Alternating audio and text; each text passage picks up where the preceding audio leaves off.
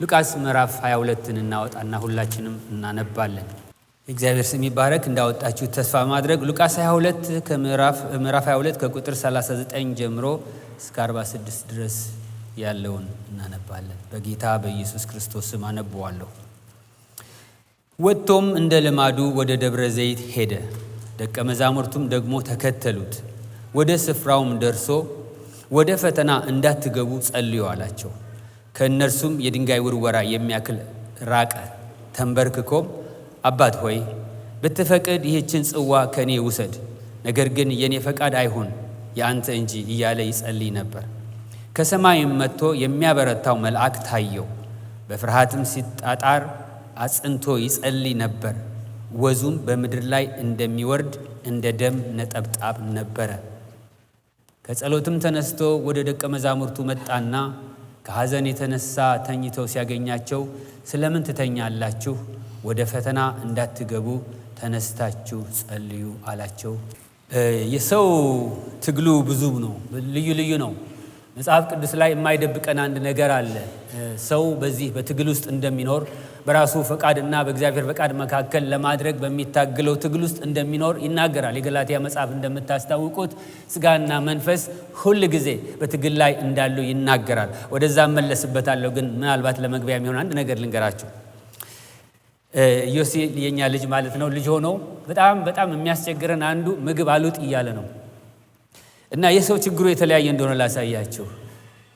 እዚህ ምግብ አፍ ውስጥ አስቀምጦ እኔ ቸኩላለሁ። በተለይ አንድ ቀን ማረሳው ቤተክርስቲያን ቀጠሮ አለኝ። በጣም እቸኩላለሁ። ማዋጥ አይደለም ያን ጊዜ ምግቡን ጠጥቶት ቢነሳልኝ ደስ ባለኝ ነበር። እና ቁጭ ብዬ እለምናለሁ። ዋጥ ነው ሁል ጊዜ ጩኸቱ እኛ ቤት ዋጥ ነው። እሱ ደግሞ ይስቃል፣ ያጫውተናል፣ ከዚህ ወደዚህ እያገላበጠ ያጫውተናል። እኔ ቸኩያለሁ። እና ወንድማችን እንግዲህ ያንን ምግብ አልውጥ ብሎ ሲቸገር ይገርማል አልኩኝ። እዚህ ዋጡ ብለን እንለምናለን። የአፍሪካ ልጆች ደግሞ የሚውጡት አጥተው ደግሞ ያለቅሳሉ። የሰው ችግሩ የተለያየ ነው። እንደገና ካደገ በኋላ ደግሞ ያው ጨዋታ ምናምንም ሲጀምር አፒታይቱ ተቀየረና በቃ ያገኘውን ደግሞ መብላት ጀመረ። እንዳትበላ ያንን ደግሞ ችግር መልኩ ተቀየረ ማለት ነው።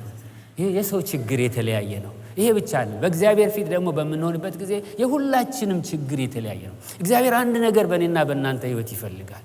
ይሄ የተቀደሰ እግዚአብሔር ኢሳይያስ ምዕራፍ 66 አውጡና እግዚአብሔርን ትንሽ እንየው። ምን ይመስል ይሆን?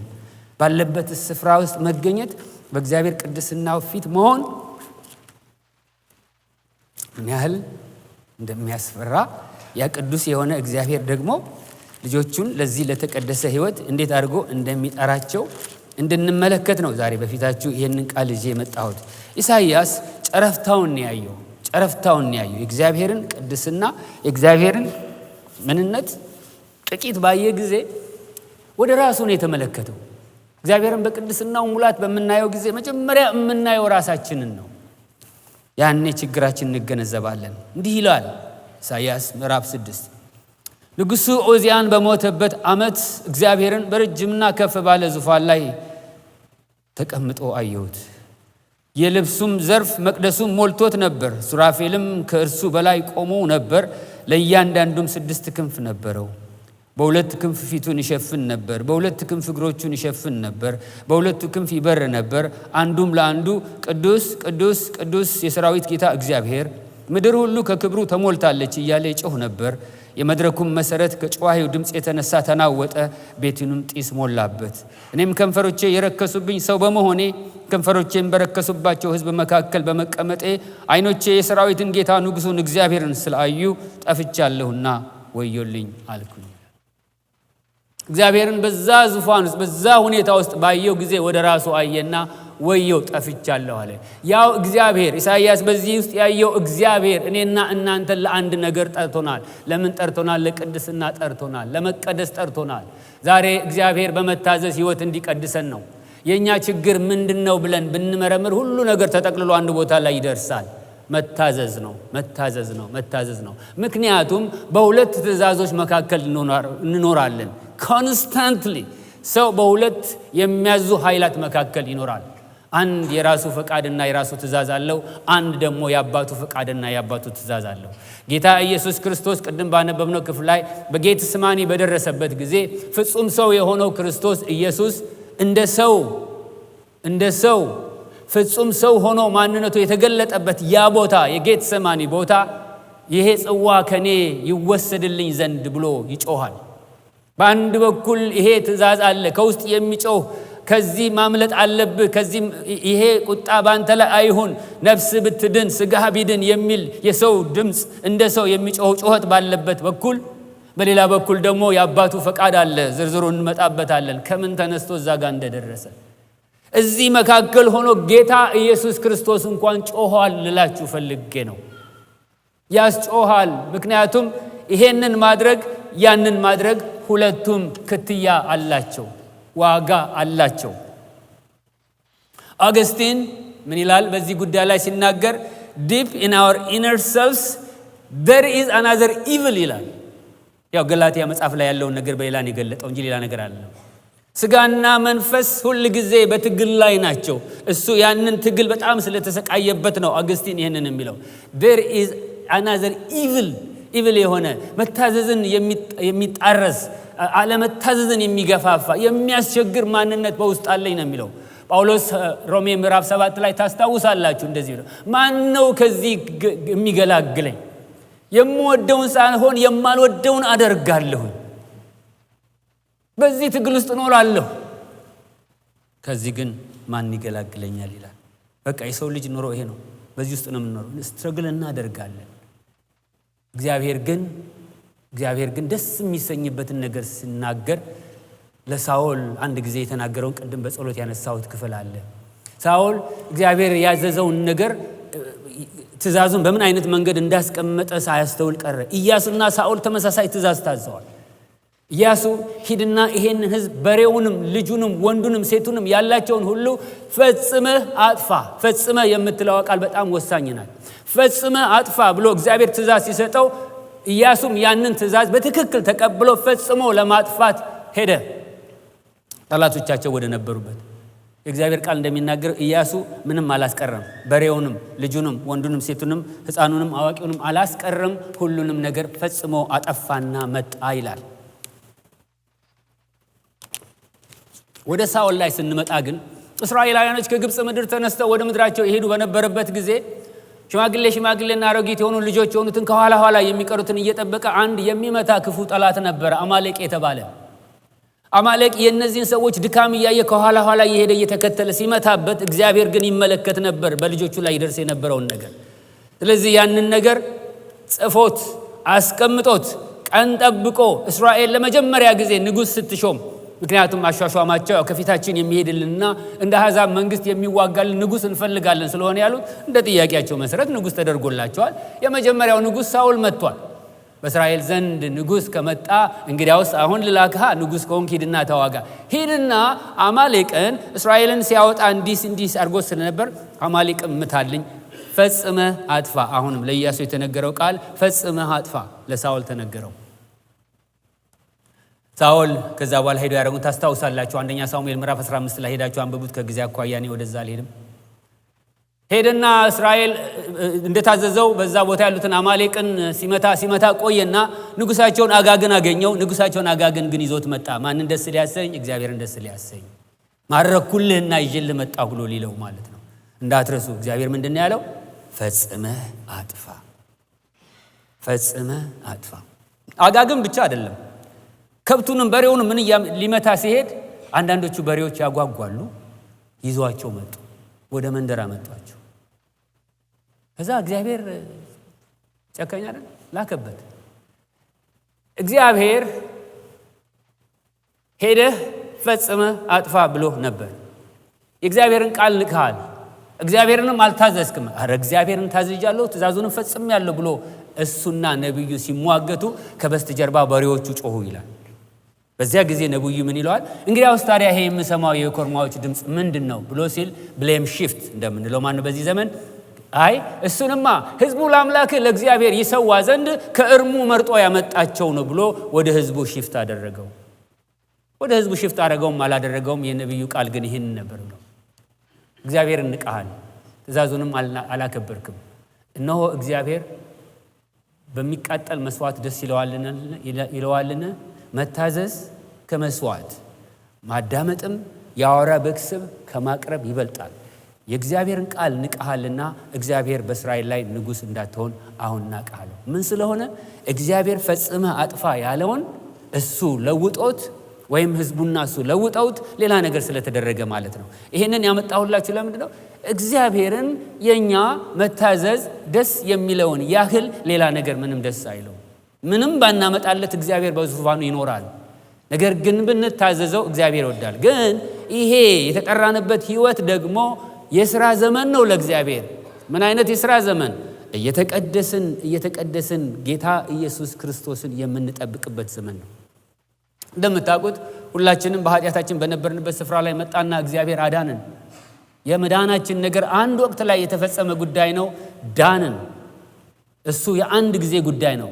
ከዳንን በኋላ ግን ጌታ ኢየሱስ ክርስቶስ መጥቶ እስከሚወስደን ወይም ደግሞ እኛ እሱ ጋር እስከምንሄድ ድረስ የተሰጠን ዘመን ለቅድስና የተለየልን ዘመን ነው። እውነት ነው። በጌታ በኢየሱስ ክርስቶስ ኤፌሶን መጽሐፍ እንደሚናገረው በፊቱ ነውር የሌለንና ቅዱሳን እንሆን ዘንድ አስቀድሞ ይላል።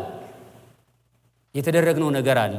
ሆኖም ግን እንዳንዘነጋ ደግሞ እኔ ቅዱስ ነኝና ቅዱሳን ሆኖ እንዳውም ከዛ ግልጽ ያለውን ደግሞ እናንብብ እስቲ። አንደኛ ተሰሎንቄ ላይ እንሄድና ምንም ሳያሻማ እንደዚህ አይደለም እናንተማ እንዲህ መሆን አለባችሁ ብሎ ስፔሲፊካሊ የተናገረውን ነገር ምዕራፍ 4 ቁጥር 3 ላይ ሄደን እንመለከተዋለን። አንደኛ ተሰሎንቄ ምዕራፍ 4 ቁጥር 3 ላይ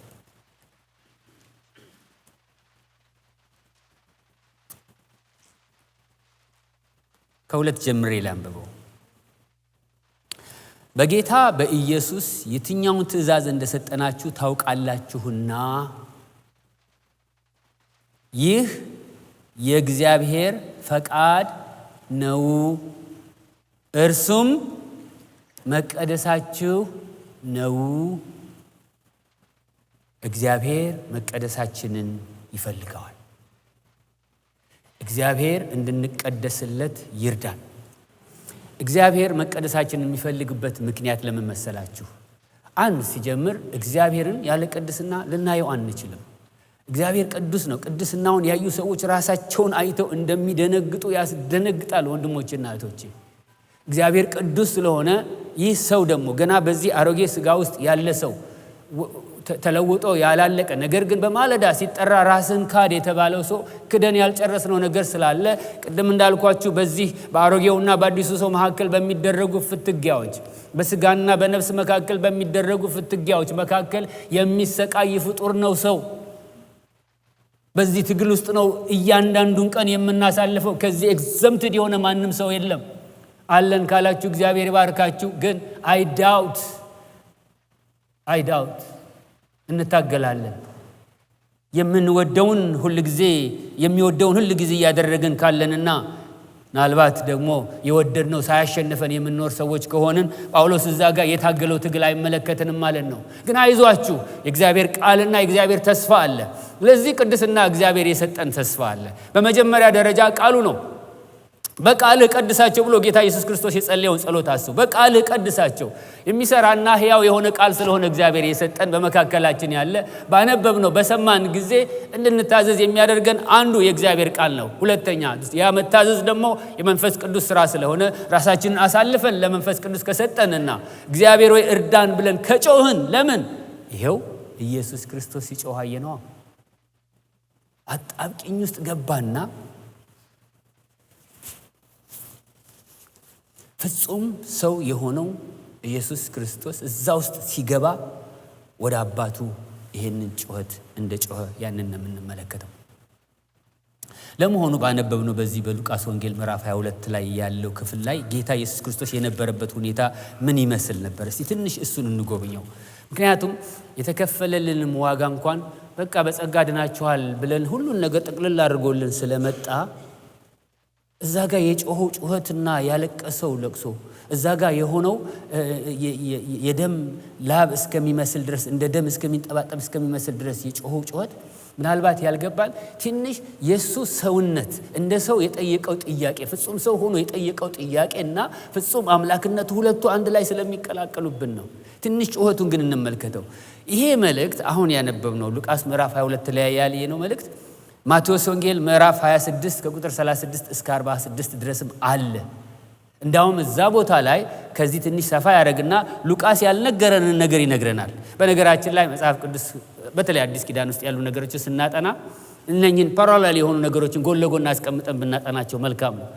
አሁን ማቴዎስ ወንጌል ላይ የተባለው፣ ማርቆስ ላይ የተባለው፣ ሉቃስ ላይ የተባለው፣ ዮሐንስ ላይ የተባለው ጎን ለጎን ስናደርጋቸው አንዱ ጋር ሚስ ያደረግነውን ነገር ሌላው ጋር ሚስ ሌላው ጋር ተሞልቶ እናየዋለን። ለምሳሌ ሉቃስ ጌትሰማኒ የሚል ነገር ሲጠቅስ አታዩትም።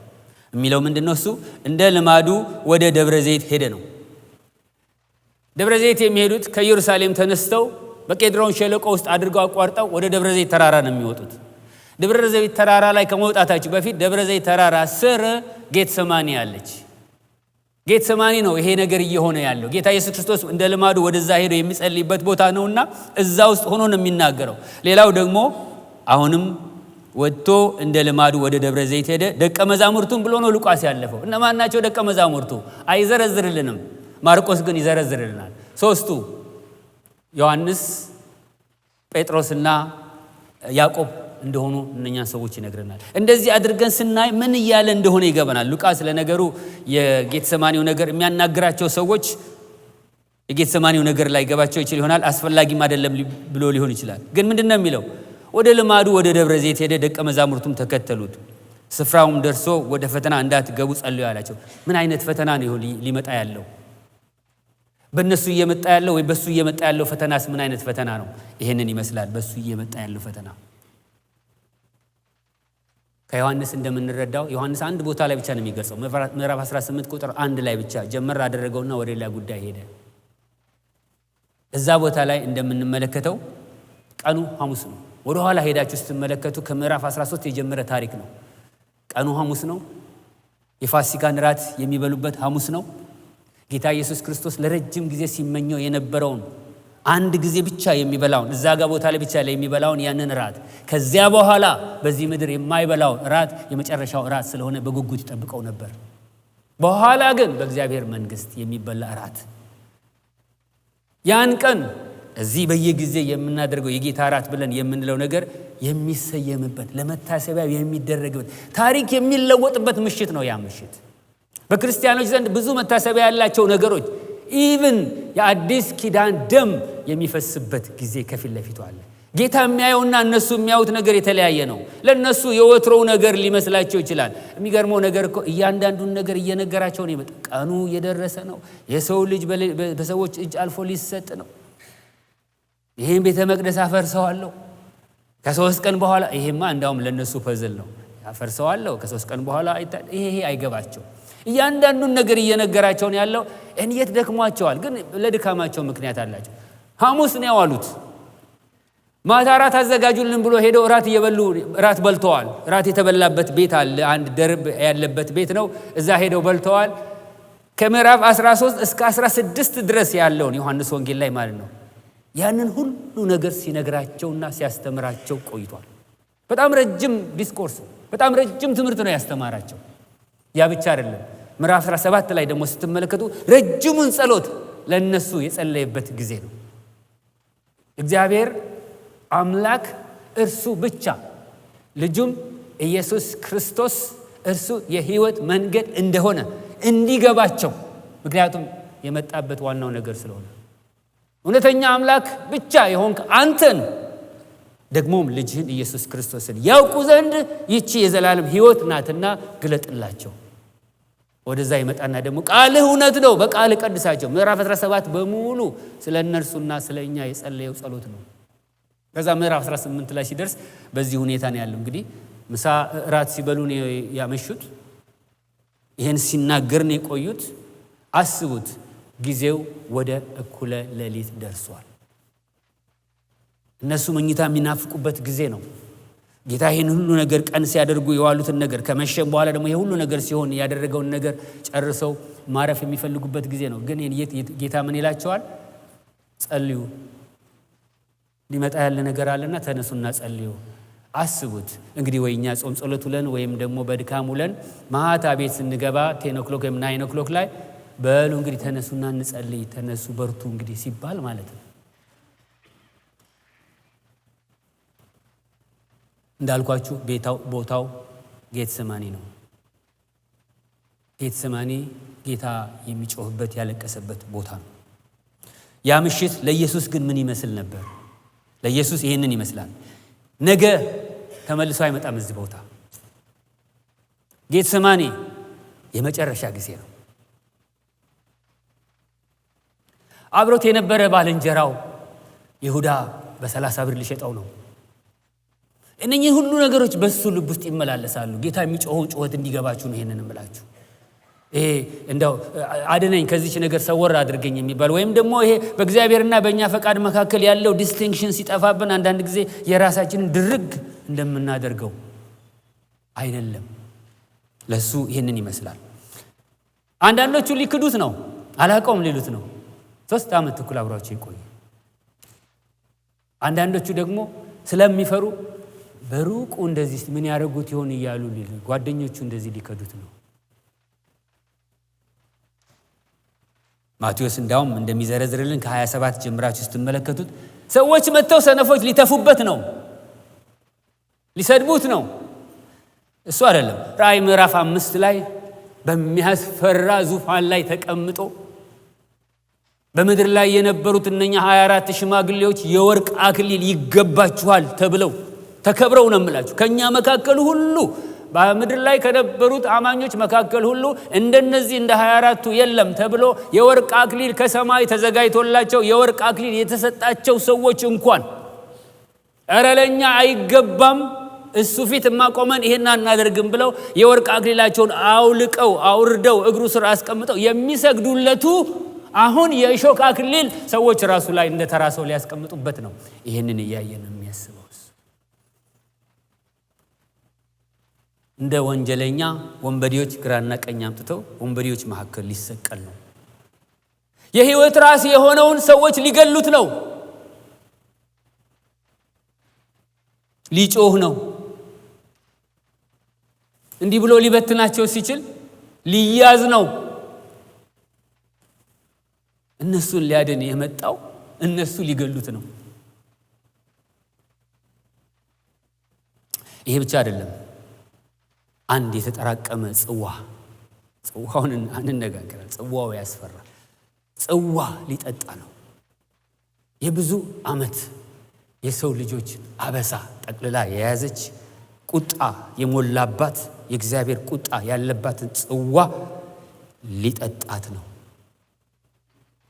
እሷ በዚህ በኩል አለች። ይሄ ሁሉ ሰቆቃ በአንድ በኩል አለ። ስለዚህ ነው ፍጹም ሰው የሆነው ክርስቶስ እነኚህ ሁሉ መከራ ስለሆኑበት አባቱን ብሎ ይጠይቀዋል።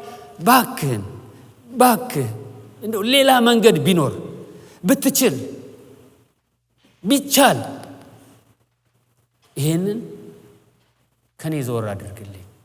remember ኢየሱስ ክርስቶስ አሁን እኛ በመናምነው እምነት በእኛ እምነት ኢየሱስ ክርስቶስ ፍጹም ሰው ነው፣ ፍጹም አምላክ ነው። ደግሜ እላለሁ ኢየሱስ ክርስቶስ ፍጹም ሰው ነው፣ ፍጹም አምላክ ነው። ይሄ ልዩነት ስለሚያመጣ ነው በአጽንኦት የምንናገር። ከናንተ ይሄን የሚጠራጠር አለ ብዬ አይደለም። ፍጹም ሰው ነው፣ ፍጹም አምላክ ነው። ፍጹም ሰው የሆነበት ምክንያት ሰው በሆነው ቦታ በእኔ በእናንተ ቦታ መጥቶ ሊሞትና ሊያድን የሚችለው ያንን ባህሪውን ካሟላ ነው። ፍጹም አምላክም ነው። በሌላ በኩል ግን ቅድም እንዳልኳችሁ ትልልቅ ነገሮች ሊፈጸሙ ነው። በዘመናት መካከል ኢየሱስ ክርስቶስ ያደረገውን ነገር ሞቱንና ትንሣኤውን ዳግም መምጣቱን ክርስቲያኖች እያሰቡ ሁሉ ጊዜ እንዲኖሩ ይሄን ለመታሰቢያ ያድርጉት የሚለውን እኛም እዚህ ሁሉ ጊዜ የምናደርገውን ያ መታሰቢያ ለመጀመሪያ ጊዜ የሚደረግበት ዕለት ነው። አባቱ ለረጅም ጊዜ ያሰበው ይሄንን በደንብ ስሙኝ። ዘፍጥረት 3:15 ላይ የሰው ልጅ ከወደቀ በኋላ በሴቲቱና በባቡና በልጇና በባቡ መካከል ያለው ጦርነት እንደሚጀምር እንደሚቀጥል እሱ ሰኮናውን እንደሚነብ እሱም ራሱ እንደሚቀጠቅጥ እግዚአብሔር እዛ ዘፍጥረት 3:15 ላይ የጀመረው ነገር ሄዶ አሁን እዛ ጋር ደረሰ። ገላትያ 4:4 እንደምታስታውሱ እንደዚህ ይናገራል። የዘመኑ ፍጻሜ በደረሰ ጊዜ ከሴቲቱ የተወለደው ይሄንን አደረገ ይልና እግዚአብሔር በዛ ዘመን እንደዚህ ይዞት የመጣውን ሐሳብ ሁሉ ስጋ ለብሶ እንደተፈጸመ ጳውሎስ እዛ ቦታ ላይ ይናገራል። ለእግዚአብሔር ይሄ የአንድ ቀን ጉዳይ አይደለም፣ የዘመናት መካከል አጀንዳ ነው። የጌታ ራት የበሉ ጊዜ እኮ ተመልከቱ። እግዚአብሔር ከ1445 ዓመታት በፊት ፋሲካን ብሉ፣ የበጉን ተባት ንጹህ የሆነውን ቀንደ ሰባሪያ አይደለውን ምን ያድለውን እረዱት፣ ደሙን በበጉ መቃን ላይ አድርጉ። እግዚአብሔር ያንን አሁን ለሚታረደው ለፋሲካው በግ ምሳሌ የሚሆናቸውን ሰጥቶ እነኛን ሁሉ 1400 ምናምን ዓመታቶች እግዚአብሔር ጠብቆ እውነተኛውን በጉን የፋሲካው በግ ነገ ሊታረድ ነው። ነገ ይህን ሰዓት የለም፣ በጉ ታርዷል። ጌተሰማኒ እሱ በሚጮህበት ጊዜ ይህንን ሁሉ ነው የሚያስበው እሱ። በእግዚአብሔር ዘንድ ይሄ ትልቁ ሐሳብ አለ። አንደኛ ጢሞቴዎስ ኃጢአተኞችን ሊያድን ክርስቶስ ኢየሱስ ወደ ዓለም መጣ የሚለው ቃል የታመነና ሰዎች ሁሉ ሊቀበሉት የተገባ ነው ይላል። ኃጢአተኞችን ሊያድን ኢየሱስ ክርስቶስ ወደ ዓለም መጣ የሚለው ጉዳይ ይሄው በእግዚአብሔር ፊት ተቀምጧል። ስለዚህ ሌላችሁ ወደድኩት ይሁላችሁ ሰው የሆነው ክርስቶስ ጋር እነዚህ ሁሉ መከራዎች አንድ ላይ ብንጠቀልላቸው ጽዋው ለመጠጣት የሚያስፈራው ይሄ ጽዋ፣ በዚህ በኩል ደግሞ ስታዩት እግዚአብሔር ለዘመናት የሰራው ስራ የሰው ልጆች በኃጢአት ምክንያት ከጠፉ በኋላ ሰው ከጠፋ በኋላ የወደቀውን ሰው ወደ ክብር ስፍራው የሚመልስበት እግዚአብሔር ያስበው ከሴቲቱ ይወለዳል ያለው የሚመጣው የሚያድነው እውን ሆኖ የእግዚአብሔር አጀንዳ በዚህ በኩል የሰው አጀንዳ በዚህ በኩል የእግዚአብሔር ፈቃድ በዚህ በኩል ሰው የሆነው ክርስቶስ እኔና እናንተ እሱን ነው የምንመስለው። የኛ ፈቃድ የሆነው ነገር በዚህ በኩል ያንገላታናል፣ በዚህ በኩል ደግሞ የእግዚአብሔር ፈቃድ ያንገላታናል። each and every problem በሰው ህይወት ያለውን ሂዱና ፈትሹት። የተሰናከልንበት ቢሆን በእነኚህ በሁለት ምርጫዎች ሆነን የራሳችንን ስለመረጥን ነው። በሪሌሽንሺፕ መካከል ያለውን ችግር ተመልከቱት ሂዱና። እግዚአብሔር የሚለው ነገር ይሄ ሆኖ ይሄ ሰው ግን ይሄን ስለመረጠ ሊሆን ይችላል። ኋላማ ሁለቱም ሰዎች የእግዚአብሔርን ሐሳብ ከመረጡ ጸብ ሊኖር አይችልም፣ ችግርም ሊኖር አይችልም። ከሁለት አንዱ ወይ ሁለቱም የራሳቸውን ምርጫ መርጠው ነካ አድርገዋታል። በተኗል ነካ ያደረኳት ነገር ነች ዋጋ የምታስከፍለኝ። ስለዚህ ይሄ ኮንስታንት ነው። ሰው በዚህ ትግል ውስጥ ለሚኖረው ያልኳችሁ ነገር እንዳለ እንድትይዙልኝ አደራ እላችኋለሁ። በሁለቱ ሁኔታዎች ውስጥ ሆኖ ሰው ሁሉ ጊዜ መቸገሩ አይቀርም። ፍጹም ሰው የሆነው ክርስቶስ እንደ ሰው ተጨንቋል፣ ነፍሱ ታውካለች። ለዚህም ጽዋው እንዲያልፍ ስለፈለገ ማንን ጸለየ? አባት ሆይ ብትፈቅድ ይህችን ጽዋ ከኔ ውሰዳት። አሁን ጽዋውን አያችኋት? አስፈሪነቱን አያችሁት? አረ ለመሆኑ ጽዋው ምን ይመስላል? እሺ አሁን ብዙ ክፍሎች ስለምናነብ አውጥታችሁ አብረን የምናነበው ሂዱና መዝሙር 11:6 ታወጣላችሁ። ጽዋ ውስጥ የሞላውን ነገር ልናየው ያስፈልጋል። እንዳው ጌታ ዝም ብሎ አይ እቺ ምን አላት የሚባል ነገር ይሆን እንዴ? እባክህ ከኔ ወደዛ ውሰድልኝ ብሎ የሚለው ቀላል ነገር ትሆን ወይስ እዛ ጽዋ ውስጥ ያለ ነገር አለ? መዝሙር 11:6 ፈጥናችሁ የምታወጡቱ ደግማችሁ መዝሙር 75ንም አውጡ። ግን እሺ አብረን እየተከታተልን እንሄዳለን። ግድ የላችሁ። ጽዋ ውስጥ የሞላው ነገር ይሄንን ይመስላል። ወጥመድ በኃጥአን ላይ ያዘንባል። በማን ላይ? በኃጥአን ላይ። እግዚአብሔር በኃጥአን ላይ ያለውን ነገር አስቡት። በኃጥአን ላይ ያዘንባል። እሳትና ዲን አውሎ ነፋስም የጽዋቸው እድል ፈንታ ነው። ጽዋው ውስጥ እሳትና ዲን አለ። ከምን የተነሳ? ከእግዚአብሔር ቁጣ የተነሳ። አያችሁ ቅዱስ ብለን ቅድም እዛ ኢሳይያስ ምዕራፍ 6 ላይ ያየነው እግዚአብሔር ከቅድስናው የተነሳ ኃጢአትን ከመጥላቱ የተነሳ ለኃጢአት ምህረት የለውም። እግዚአብሔር ባይዘው እግዚአብሔር እኮ ኃጢአቱን ኦኬ በቃ ሁለተኛ ደግማችሁ እንዳትተው ብሎ ትውት አይደለም ያደረገው። እናውቃለን አይደለም እንዴ? በደላችንን እግዚአብሔር በቃ እንደዛ ከሆነ ሁለተኛ እንዳይለመዳችሁ ሂዱ አይደለም ያለው። someone has paid the price ይሄንን ጽዋ የጠጣ ኢየሱስ ስለጠጣው የእግዚአብሔር ቁጣ እዛ መስቀል ላይ በርዶለት ነው እንጂ እግዚአብሔር እኔና እናንተን በምህረት ያኖረን ተትቶ አይደለም። ምክንያቱም መጽሐፍ ቅዱስ ሲናገር ደም ሳይፈስ ስርየት የለም፣ አይሰረዝም። ምክንያቱም እግዚአብሔር በኃጢአት ላይ ምንም ኮምፕሮማይዝ የሚያደርግ ነገር ስለሌለ። ፊታችሁ ቆሜ ስናገር ደህና ሰው እንዳልመስላችሁ መስቀል ላይ በእኔ ላይ የነበረው ቁጣ አብርዶት ነው እግዚአብሔር እኔ ጋር የመጣው። በእያንዳንዳችሁም ህይወት እንደዚህ ነው። የእግዚአብሔርን ቁጣ ማንም የሚችለው የለም።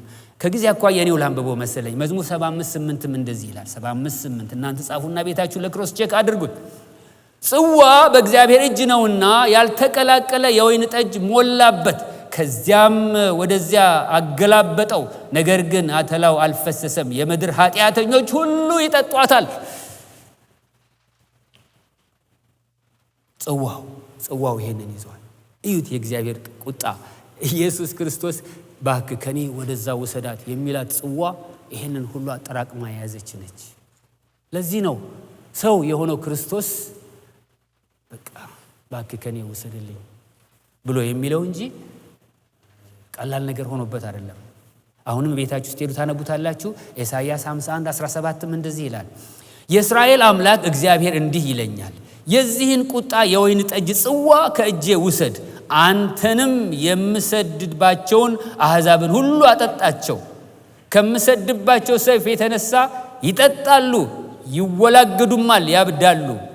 ከእግዚአብሔርም እጅ ጽዋውን ወሰድኩ፣ እግዚአብሔርም እኔን የሰደደባቸውን አሕዛብን ሁሉ አጠጣቸው። የአዲስ ኪዳን ፍጻሜ ላይ ደግሞ ይሄ በብሉይ ኪዳን የተነገረን ጽዋው ምን እንደሚመስል እግዚአብሔር በኃጢአት ላይ ያለውን ቁጣ ነገር ግን መስቀል ላይ አብርዶት እኔና እናንተን እዚህ በህይወት እንድንኖር ያደረገን እግዚአብሔርን ቁጣ እንድናየው ነው። ጌታ ኢየሱስ ክርስቶስ ደቀ መዛሙርቱ እግራቸውን ካጠበ በኋላ አንድ ጥያቄ ጠይቃቸው። በነገራችን ላይ ያደረኩላችሁን ነገር ታስተውሉታላችሁን አላቸው።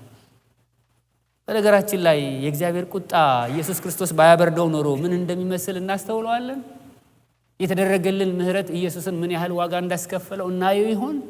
ይሄ ቁጣ ነው እሱ ላይ የወረደው። ይሄ ቁጣ ነው። ለዚህ ነው መጽሐፍ ቅዱስ ሲናገር ኃጢአት የማያውቀውን እርሱን ኃጢአት አደረገው ይላል። ለምን? እኛ የእግዚአብሔር ጽድቆች እንድንሆን። ሁለተኛ ቆሮንቶስ ምዕራፍ 5 ላይ በእርሱ ሆነን በክርስቶስ ውስጥ ተሸሽገን የእግዚአብሔር ጽድቅ እንድንሆንና ታሪካችን እንዲለወጥ፣ ስማችን እንዲለወጥ፣ እግዚአብሔርን ቁጣውን እናንድ የነበርነው ሰዎች ቁጣው በእኛ ላይ እንዳይበርድ ያደረገው በክርስቶስ ስለተሸሸግን ነው። ለምን? ቁጣው እሱ ላይ በርዷል፣ መስቀል ላይ በርዷል፣ የፋሲካው በግ ላይ በርዷል። እግዚአብሔር እዛ ቁጣውን አብርዶ ነው የመጣውንና እናንተ ጋር። እሺ አዲስ ኪዳን ላይ የሚመስለውን እንመልከት። በዚህ ጉባኤ መካከል ምናልባት ሶስት አይነት ሰዎች ይኖራሉ ብዬ ገምታለሁ። አንዳንዶች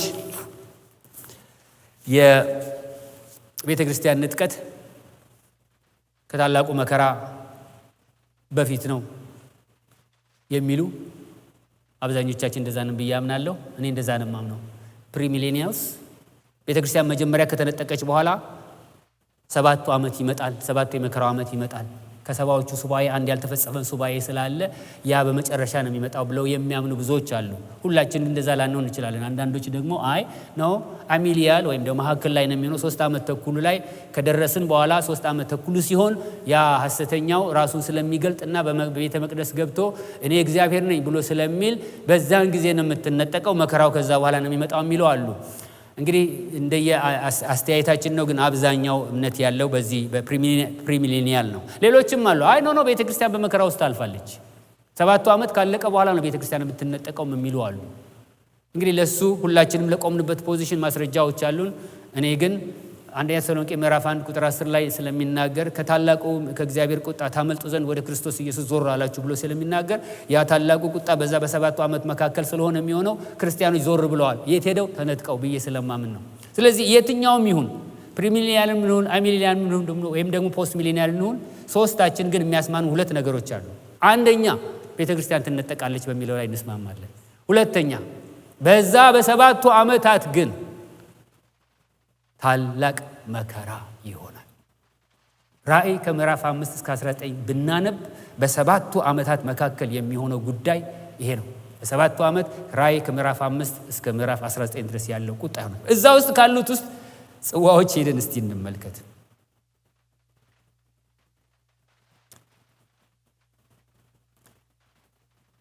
ምናልባት 14:7 ላይ ያለው ይበቃል ይሆናል። የሚያስፈሩት ጽዋዎች በፈሰሱ ጊዜ ወደ ምድር መጥተው አንዱ እንዳውም እንደዚህ ይላል፣ አንድ መለከት ሲነፋ ኮከብ ከሰማይ ወደቀ፣ የምድርን ሲሶ መታት ይላል። ከምንገምተው በላይ ነው። የእግዚአብሔር ቁጣ በሚነድበት በዚያ ጊዜ በምድር ላይ መሆን ሊታሰብ አይችልም። ወንድሞችና እህቶቼ፣ ሰው ይሄንን ስንል ምናልባት እኛ የፈጠርነው ነገር ሊመስለው ይችል ይሆናል። እግዚአብሔር ቃል ተናግሮ ያልተፈጸመ ምን ነገር አለ? ኢየሱስ ክርስቶስ ይመጣል ተብሎ ከብዙ ዘመን በፊት ተነገረ፣ መጣ፣ ሄደ፣ ተመልሼ እመጣለሁ አለ፣ ይመጣል። የትላንትናው ነገር እውነት ከሆነ የዛሬውን ነገር ምን ውሸት ያደርገዋል? አስቀድሞ ስለ ኢየሱስ የተነገረው ነገር ሁሉ ተፈጽሞ ከሄደ፣ ስለዚህ ከዚህ በኋላ ደግሞ የተነገረው ስለ ኢየሱስ ያለው ነገር እንዳይሆን ምንም ያደርገው ነገር አለ? ኤኒዌይ የኮከቡም ስም ሬቶ ይባላል ይላል ምዕራፍ 8 ቁጥር 11 ላይ። ያ ኮከብ አንድ መለከት ሲነፋ ወደ ምድር በተጣለ ጊዜ የውሃው ሲሶ መታ፣ ምድርን ሲሶ ተመታ፣ 1/3 ማለት ነው። በዛን ጊዜ መራራ ሆነ። መራራም ስለተደረገ በውሃው ጠንቅ ብዙ ሰዎች ሞቱ ይላል። የምድርን ሲሶ ካልኩሌት አድርጉና ድረሱበት። አሁን እርግጠኛ ባልሆንም ወደ 8 ነጥብ ምናምን ቢሊየን ህዝብ በዓለም ላይ አለ። የ8 ነጥብ ምናምን ህዝብ 1/3 ማለት 2 ነጥብ ምናምን ቢሊየን ህዝብ ማለት ነው። በአንድ ኮከብ ምክንያት እምሽክ ሲል ከዛው ስንቶቹ ክርስቲያኖች ቀደም ብለው ተነጥቀው እንደሚሄዱ ቁጥራቸውን ባላቅም የዛን ጊዜ ቁጣ ይሄንን ይመስላል። ኢየሱስ ክርስቶስን የማታውቁ ሰዎች it is not a joke። ታላቅ መከራ አለ። እግዚአብሔር ዝም ያለው ከኃጢአት ጋር ተስማምቶ ኢሶኬ ለምደውታል በቃ ምንም ይሁን ብሎ አይደለም። እግዚአብሔር ዝም ያለው ቀን የተቀጠረላቸው ይሄንን ቃል ሰምተው ተመልሰው የሚመጡ ሰዎች ስላሉ በትዕግስት እየጠበቀ ነው እግዚአብሔር ያለው። የእግዚአብሔር ቁጣ ያስፈራል፣ ከሰው አእምሮ በላይ ነው። እሺ 14 ላይ ሄደን ደግሞ ጥቂት ነገሮችን እናነባለን። ሁሉንም ላናነበው እችላለሁ።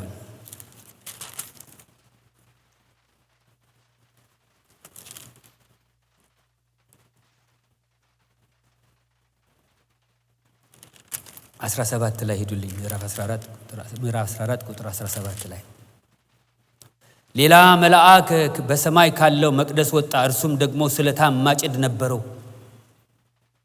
በእሳትም ላይ ስልጣን ያለው ሌላ መልአክ ከመሰዊያው ወጥቶ ስለታም ማጭድ ያለውን ዘለላዎቹ ፈጽመው በስለዋልና ስለ ሙታንም ማጭድህን ስደድ፣ በምድር ያለውን የወይን ዛፍ ዘለላዎች ቁረጥ ብሎ በታላቅ ድምፅ ጠራ። መልአኩም ማጭዱን ወደ ምድር ጣለው። በምድርም ካለው የወይን ዛፍ ቆርጦ ወደ ታላቁ ወደ እግዚአብሔር ቁጣ መጥመቂያ ጣለ። የወይኑም መጥመቂያ ከከተማ ውጪ ተረገጠ። እስከ ፈረሶች ልጓምም የሚደርስ ደም ርስቱ 1600 ምዕራፍ ሆኖ ከመጥመቂያ ወጣ። አንዳንድ ጽዋዎች ናቸው እነዚህ። ይሄኛውን ጽዋ ደፋው ይላል፣ ይሄኛውን ጽዋ አፈሰሰው፣ ወደ ምድርም አፈሰሰው እያለ ይቀጥላል። እናንተ ሁሉን አንብቡት። ግን እነኚህ አስፈሪ ነገሮች ያሉበት የእግዚአብሔር ቁጣ ያለበት ጽዋ ጌታ ኢየሱስ ክርስቶስ ይሄንን ከኔ ወሰደው። አስባችሁ ታውቃላችሁ? ጌታ ኢየሱስ ክርስቶስ ባይሞት ኖሮ ብላችሁ፣ ባይሰቀል ኖሮ፣ ባይሞት ኖሮ እንዴት ነበር የምንሆነው እኛ ከእግዚአብሔር ጋር? እንዴት አድርጎ እግዚአብሔር የሰውን ልጅ ያስተናግደው ነበር? አስባችሁ ታውቃላችሁ? ኢየሱስ ክርስቶስ የከለከለልን ነገር፣ ያስቀረልን ነገር ይገባችሁ ይሆን ወንድሞችና እህቶቼ? መዳን ለምንድን ነው በሰዎች ያነሰው ብዬ ስል የተከፈለው ዋጋ ስላልገባቸው ነው።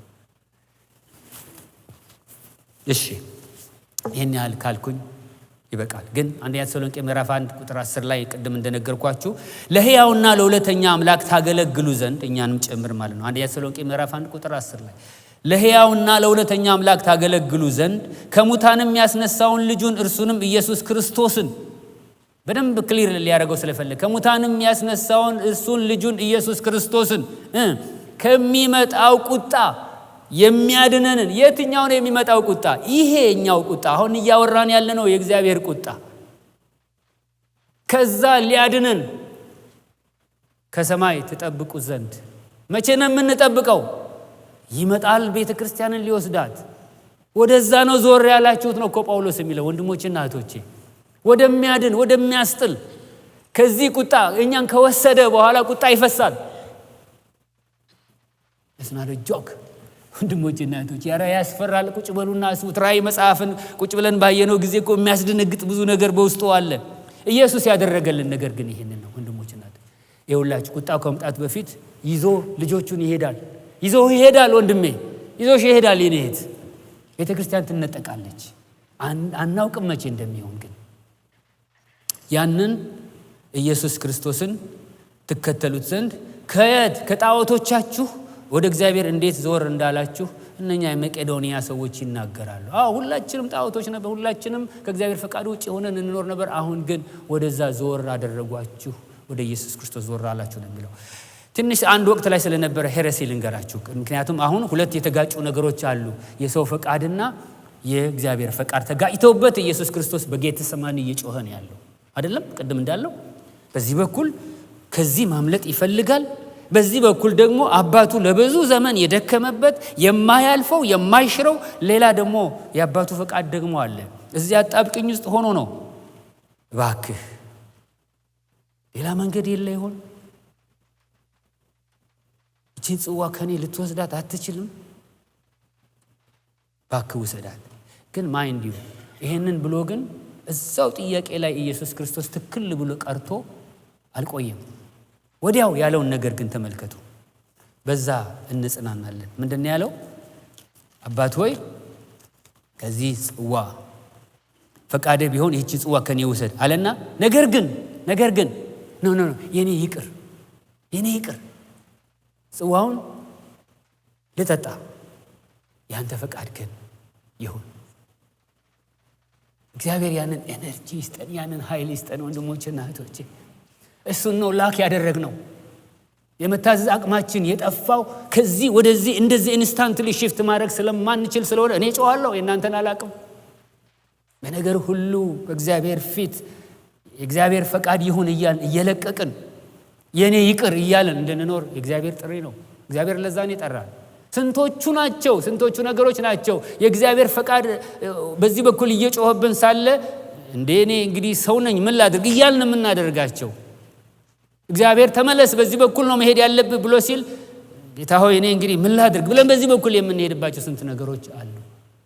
እግዚአብሔር በጌታ በኢየሱስ ክርስቶስ ሕይወት መልአኩን ልኮ እንደረዳውና የኔ ይቅር ጠጣዋለሁ፣ ጽዋውን ሄድበታለሁ፣ ይሄንን መከራ ያንተ ፈቃድ ግን ይሁን ያስባለው ጌታ ይድረስላችሁ፣ ለሁላችንም ይድረስልን። ያ ነው ትልቁ ስትረግል ያለው። ሌላ አንድ ላነሳው የወደድኩት ነገር በአንድ ወቅት ላይ በ680 እና 681 ላይ እስከሚስተካከል ድረስ ሞኖቴላይት ሄረሲ ወይም ደግሞ ሞኖቴሊዝም የሚባል የስህተት ትምህርት ነበር። ይሄ ትምህርት ምንድነው የሚለው? ኢየሱስ ክርስቶስ ፍጹም ሰው ነው ፍጹም አምላክ ነው ብለን አሁን እኛ የምናምን ፍጹም ሰው የሆነውም እንደ ሰው ኢሞሽን አለው፣ እንደ ሰው ያዝናል። እነ ማርታ እኮ ሲያለቅሱ አላዘንም እንዴ? የፍጹም ባህሪው የፍጹም ሰውነቱ ባህሪ ነው። ኢየሱስ ክርስቶስ ይበላ ይጠጣ አልነበረም እንዴ? የፍጹም ሰውነቱ ባህሪው ነው። ኢየሱስ ክርስቶስ ይቆጣ አልነበረም እንዴ? የፍጹም ሰውነቱ ባህሪው ነው። ኢየሱስ ክርስቶስ አሁን ተጨንቆ የለም እንዴ? ይሄ የፍጹም ሰውነቱ ባህሪው ነው። የፍጹም አምላክነቱ ባህሪው ደግሞ በብዙ ቦታ የተገለጧል። ይፈውሳል፣ ያድናል፣ ከሙታን ያስነሳል፣ ይናገራል፣ ቃሉ ይሆንለታል። እነኚህ ሁለቱ ፍጹም ሰውና ፍጹም አምላክ የሆነው ኢየሱስ ባህሪያቶቹ እንዳሉ ናቸው ብለን ነው እኛ የምናምነው። በእነኚህ በሁለቱ መካከል መጣላት ሳይኖር ከውልደት ጀምሮ ወደ አባቱ እስከሄደበት ጊዜ ድረስ እነኚህ ሁለቱ ተዋህደው ተስማምተው ኖረዋል። ይሄ የኛ እምነት ነው። ጌቴሰማኒ ግን እነኚህ ሁለቱ ፊት ለፊት ጎን ለጎን ተቀምጠው ኢየሱስ ክርስቶስ በመካከላቸው ተጨንቆ የምንመለከተውን የኢየሱስ ክርስቶስ በምድር ላይ በተገለጠ ጊዜ የአምላካዊ ፈቃዱና የሰዋዊ ፈቃዱ እንደዛ አልነበረም። ይሄ አሁን ያልኳችሁ ሞኖቴሊክ ሄረሲ የሚባለው እንደሱ አይደለም። የአምላክም ያይደለ የሰውም ያይደለ አንድ ፈቃድ ግን የነበረው ነው ኢየሱስ ክርስቶስ። ስለዚህ በዛ ጊዜ ኦፕሬት ያደርግ የነበረው ዲቫይን ሂውመን ዊል መለኮታዊ ሰባዊ ዊል ነው የነበረው የሚል ትምህርት ተነሳ።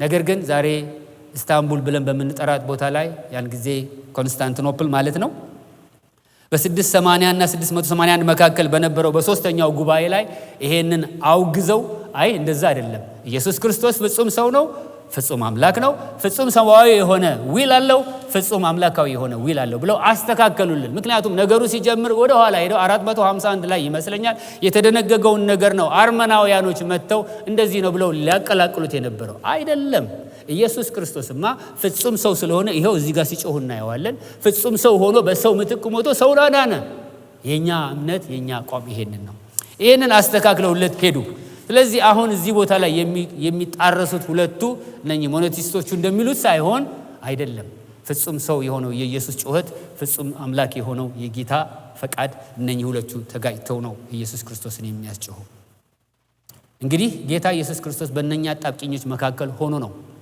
የድንጋይ ውርወራ ያህል ጥቂት ራቅ ብሎ ሄዶ የሚጮህ ለምን ይሆን የድንጋይ ውርወራ ያህል ከነሱ ራቅ ያለው ብዬ ጠይቅ ነበር ምናልባት መተው ይሄ ካንተ ይወሰድ እያሉ እነ ጴጥሮስ እዛ ድሮ ያስቸግሩ ነበር አይደለም ይቅርብህ ወይም ደግሞ ይሄ ባንተ አይሁን የሚሉ እነ ጴጥሮስ ነበሩ አይደለም አጠገቡ አለ አሁንም ለነገሩ ጴጥሮስ እኮ እንዳይለው ይሆን እሱና አባቱ ብቻ ባሉበት ቦታ አንተና እግዚአብሔር ብቻ ሆናችሁ ያለማንም ተጽዕኖ አንተው በመትወስንበት ውሳኔ ውስጥ በመትሆንበት ጊዜ ያለማንም ተጽዕኖ አንቺና እግዚአብሔር ብቻችሁን ሆናችሁ በዚህ ነገር ላይ ፈቃድሽን ማድረግ ወይም የእግዚአብሔርን ፈቃድ በማድረግ ላይ ማንም እጅ በማይገባበት ሲቹዌሽን በመንሆንበት ቦታ ላይ አባ የኔ ይቅር ያንተ ይሁን ግን ለማለት ጌታ ኢየሱስ ክርስቶስ እነኝን ቀጥሎ ያሉትን ነገሮች ይመክረናል ፈተና ነው የሚለው ለዚህ ነው ወደ ፈተና እንዳትገቡ ማለት እዛ ሲቹዌሽን ውስጥ በመንገባበት ጊዜ እናንተ ተቸግራችሁ የምታውቁ ሰዎች አትመስሉም አሁን ሳያችሁ ዝም አላችሁ እንዴት ነው እኔ ቸገራለሁኝ ጌታ ሆይ በዚህ በኩል ልሄድ ወይስ በዚህ በኩል ልሄድ ያጣብቀኛል ጌታዬን ግን በእያንዳንዱ ነገር ከኔ ይቅርብኝ ጌታ ሆይ እኔ ይቅርብኝ ብዬ ጉዞዬ እንድጨርስ ስለምናፍቅ ነው እናንተ ማካፈላችሁ ይበጀናል ወይ አዎ ይበጀናል ይተግመናል ወይ አዎ አያችሁ ጴጥሮስ እኮ እዚህ ሲቹዌሽን ውስጥ ገብቶ ነበር ይሄንን በደንብ እንመልከተው አንድ ጊዜ ጴጥሮስ ምን ሆነ መሰላችሁ ኢየሱስ ክርስቶስ ይሄንን ሲያደርግ አይቶታል መተው ሲይዙት ጴጥሮስ አንድ ቦታ ላይ ቆመ አንተ ከሱ ጋር ነበርክ አይደለም ሁለት ምርጫ አለው አዎ ካልኩ በሱ ላይ ያደረሱትን ሊያደርሱብኝ ነው አንድ ምርጫ ስለዚህ እቺን ኤክሲት ማድረግ አለብኝ አይብል ደግሞ አመልጣለሁ ስለዚህ አያችሁ ሁለቱ ተጣብቆ ጴጥሮስ የትኛው መረጠ የራሱ መረጠና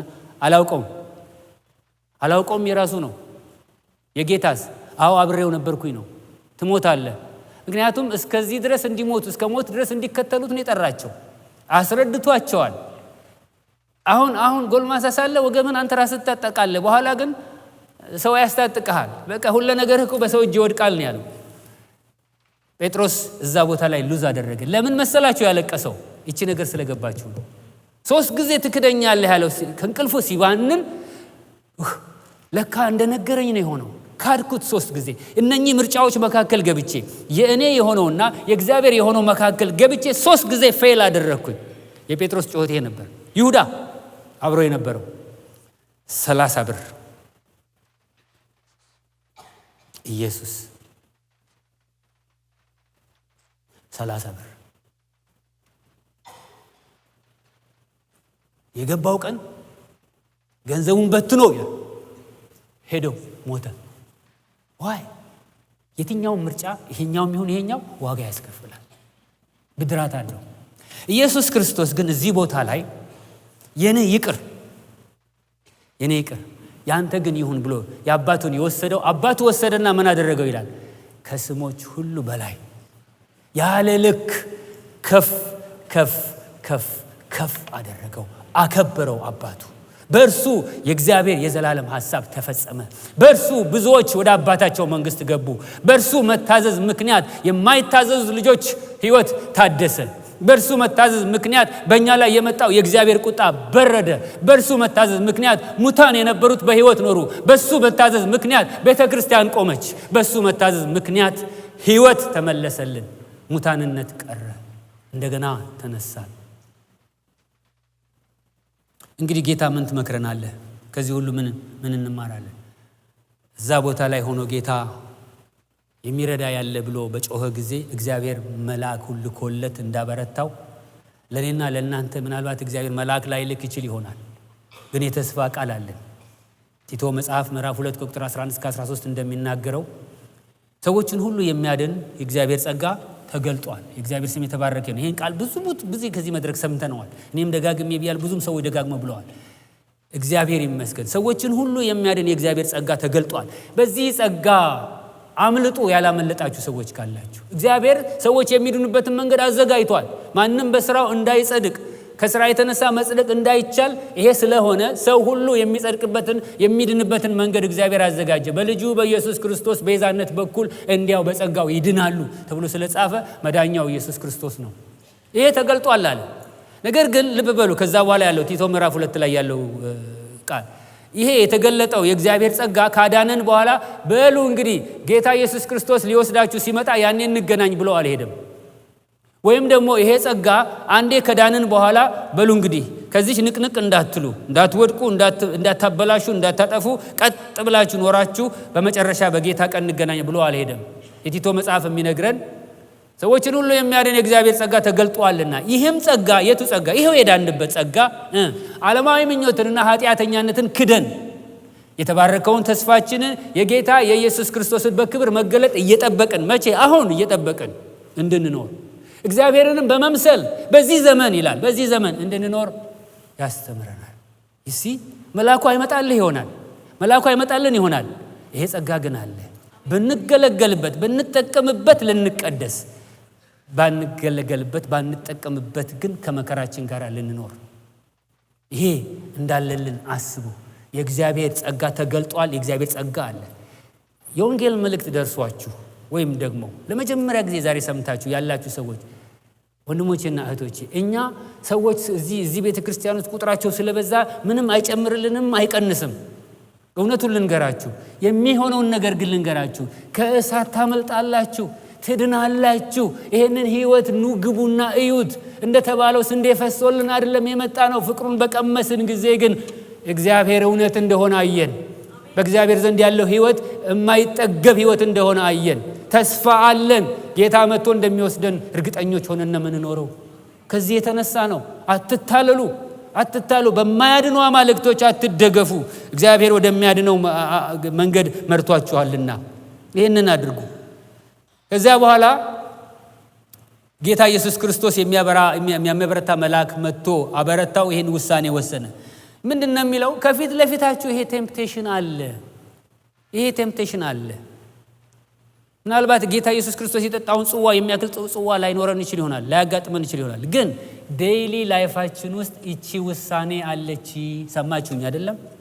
ዴይሊ ውስጥ እያንዳንዱ ቀን ውሳኔያችን ውስጥ የኛና የእግዚአብሔር በሆነው ነገር መካከል ምርጫ ከፊት ለፊታችን አለ። ከዚህ ወተን ስንሄድ አለ። ዛሬ ማታ አለ። አሁን ከዚህ ወተን ስንሄድ አለ። ወይ ትረዳዋለህ ያን ወንድምህን፣ ወይ ደግሞ የራስን መንገድ ትሄዳለህ።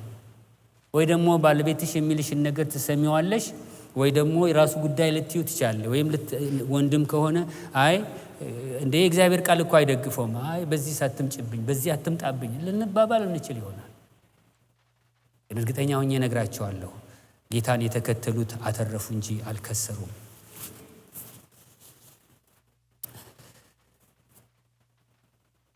የእግዚአብሔርን ፈቃድ ይሁን ብሎ ለለቀቀው ሰው ግን ጌታ ኢየሱስ ክርስቶስ አትርፎበታል።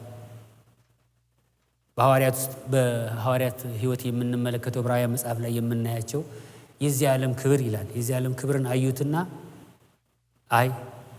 አይገባንም ብለው አለፉ ይላል። በጣም ያስቀኑኛል እነኛ ሰዎች። ይሄ ለኛ አይደለም። እግዚአብሔር የረዳቸው ሰዎች እኮ ናቸው። አይገባንም። ስለዚህ በአናብስት ትበላላችሁ ሲባሉ ምንም ችግር አልነበረውም። ለመበላት ፈቃደኞች ሆኑ። ትቃጠላላችሁ ሲባሉ ይቃጠላሉ። ያ ሽማግሌ ትዝ ይላችኋል? የሐዋርያው ዮሐንስ ደቀ መዝሙር የነበረ አንድ ራእይ መጽሐፍ ላይ ያለ እና ፖሊካርፕ ሽማግሌ ነው። 80 ምናምን ዓመት አልፎታል። ተው ይሄንን ጌታ። ምክንያቱም በዛ ጊዜ የሮም መንግስት የሚላቸው ምንድነው? ይሄንን ጌታ ተው ነው። ከዚህ ተመለስ ነው። ይሄን ብዬ ጨርሳለሁ። ከዚህ ተመለስ። ይሄን ሁሉ ዘመን ስከተለው አለ ኢየሱስን ማለት ነው፣ አንድም ቀን አልካደኝም። እኔስ በዚህ እድሜ እንዴት አድርጌ እክደዋለሁ? ምክንያቱም እዛ እሳት አንድደው እየጠበቁት እኮ ነው ያለው። ስለዚህ ወሰዱና ይላል ታሪክ ጸሐፊዎች እንደሚናገር ወሰዱና እዛ እሳቱ መካከል ከመቃጠላቸው በፊት ይታሰራሉ፣ ከግንድ ጋር ይታሰራሉ። ለምን ታስሩኛላችሁ አለ። እኔ እኮ ከዚህ ገመድ ይልቅ እዚህ እሳት ውስጥ እንድቆም የሚያደርገኝ የገባኝ ፍቅር አለ። ገመዱ አያስፈልግም ማለቱ ነው። እኔ የገባኝ ነገር ስላለ በቃ ባትሉም ለመሞት ሬዲ ነኝ ነው። እግዚአብሔር ጨካኞች እንድንሆን ይርዳል። በእግዚአብሔር ሐሳብና በእኛ ሐሳብ መካከል ያለው ነገር ፍጥጫ ሆኖ ከመምጣቱ በፊት ጌታ የሚመክረን ነገር ምንድነው? አስቀድማችሁ ጸልዩ፣ አስቀድማችሁ ትጉና ጸልዩ። እነ ጴጥሮስ ያው ታሪኩን ታውቁታላችሁ ብዬ አልሄድኩበትም እንጂ ደግሞ ደጋግሞ ሲመጣ ከጸሎት ደክሟቸዋል። እንደዛ ስለሆነ የዋሉት እያንቀላፉን የጠበቁት። በሉ እንግዲህ አሁን ሰዓቱ ደርሷል፣ ተነሱና እንሄዳላቸው። ያው ስላልጸለዩ በጴጥሮስ የሆነውን ነገር ተመለከታችሁት። ምንድነው እሱ ዋናው ለማለት የፈለኩት መሰላችሁ? ህይወት በእነዚህ ሁለት ምርጫዎች መካከል ትዋዥቃለች። ህይወት ከነዚህ ሁለት ምርጫዎች ውጪ ሆነ አታቅም፣ ልትሆንምም አትችልም። እግዚአብሔር ግን በመታዘዝ እንድንቀደስለት ይፈልጋል። እየታዘዝነው ይሄንን ዘመን እንድንኖርና ጌታ ኢየሱስ ክርስቶስ መጥቶ እስከሚወስድን ድረስ እንድንለይ